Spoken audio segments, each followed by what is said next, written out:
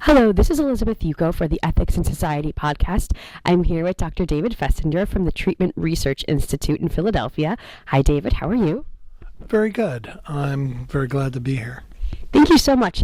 You have such an interesting, varied background. I was wondering if you could tell us a little bit about first your academic background and then how you ended up working in ethics today. Okay.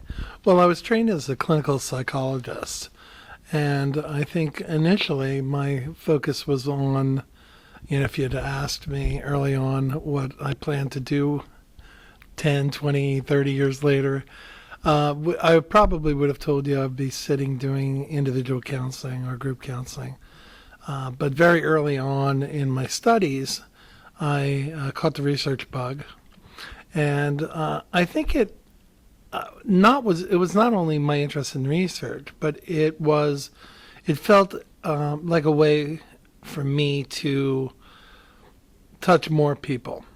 So the whole idea of generativity and being able to influence or affect the most people in a positive way in my lifetime, while I really still had a passion for clinical work, and I did a great deal of clinical work early on in my career, in anxiety and mood disorders and a number of other areas, I started feeling that, especially with my first few publications, that I was able to address issues in a way that would be longer lasting and affect more people. Great.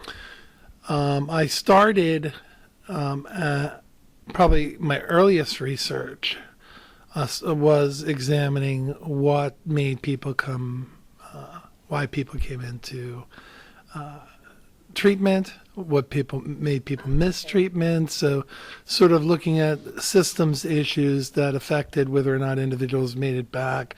And as you know, in substance abuse, particularly, we have, this enormous problem with attrition. And, less than 50% of people who schedule appointments make it to their first appointment. And then of individuals who make it to their first appointment, you could sort of cut it in half again, the number of people that drop out, etc. I then became interested, and I published a few papers in that area. I then became interested in the whole issue of payment. I started working with a lot of treatment programs and other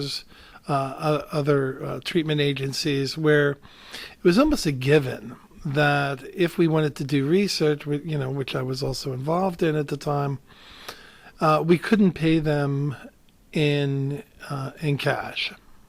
It was seen as a coercive payment, or? Right. It was seen as both for substance abusing populations.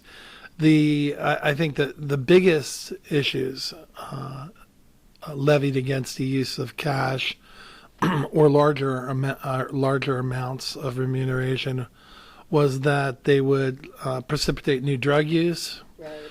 and then secondly, of course, yes, that they would be more coercive and place undue influence on individuals to participate. And I think that's when the kind of the proverbial light bulb went off. That's when the ethics kicked in. Yes, because here I was really struck, not only was it an interesting, testable ethics issue, not an armchair sort of more rhetoric kind of nature nurture kind of, right. Discussions about God and determinism and other things. This was something that was, yes, as you said, immediately testable. So, and virtually all, as I said, all of the clinicians, virtually all the clinicians that I interacted with, felt it was a given. You can't give cash to these folks, and you can't give larger amounts of remuneration to these folks. And what year was this when you were starting at this? Probably early 90s. Okay. That I started thinking about that. So I put in my first NIDA grant, National Institute of Drug Abuse grant, and and it was an ethics grant, Right. essentially, and I really wanted to essentially assign individuals to different levels of monetary remuneration in different magnitudes and different modes. So I believe it was a 2x3 randomized control study that randomly assigned individuals to attend a 6-month follow-up appointment. And they would be randomly assigned to receive either $10, $40, or $70 in either cash or a gift certificate. And of course, when they came in for the 6-month follow-up, we would first, one of the outcomes was whether or not they would show up for their 6-month follow-up, Right. or how easy it was to get them. So we also measured tracking calls. But once they came in, we collected a urine sample. We did some follow-up measures. Then we asked them to consent to a second follow-up 3 days later, where we collected a second urine sample, and we basically asked some satisfaction questions, etc. But the real point of that second follow-up was for us to see whether or not, after receiving the predetermined mode and magnitude of payment, whether or not they were more or less likely to have engaged in new drug use. And so we now had it wasn't just self-report data, we had objective data to show whether or not individuals who received higher magnitudes, whether or not the individuals who received $70, as certainly the world believed, Right. they would have expected individuals who received $70 in cash to have used more frequently than individuals who received lower amounts in gift cards or gift certificates at the time. And so we supported our hypotheses. We found that there were no differences in terms of new drug use. There were no differences in levels of perceived coercion. But as as you would expect from any operant conditioning model, that of course individuals who received more money were more likely to come in.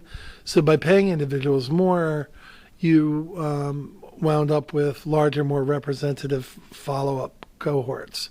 And so it really served a very practical purpose of making your studies more publishable, more defensible, giving you more power, more representativeness and generalizability, etc., while at the same time causing none of the harms that were levied against.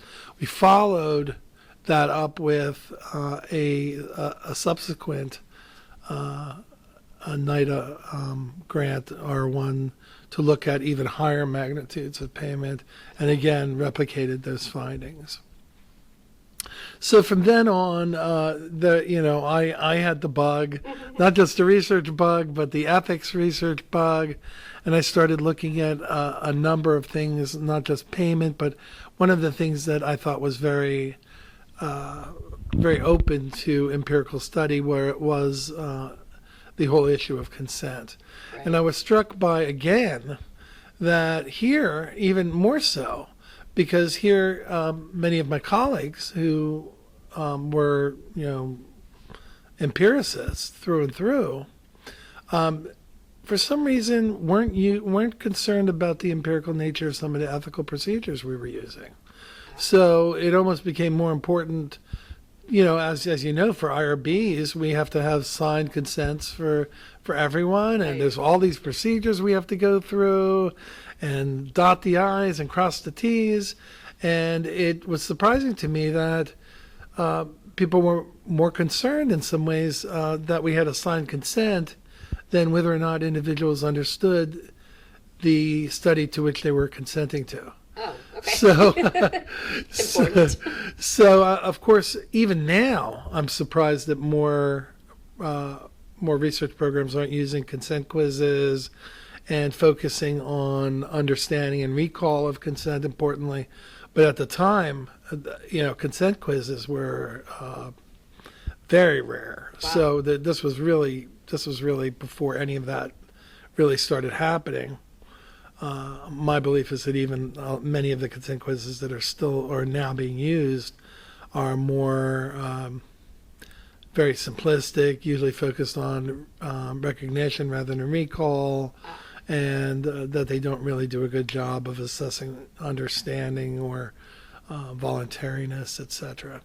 So from then on, we developed a new way of measuring consent.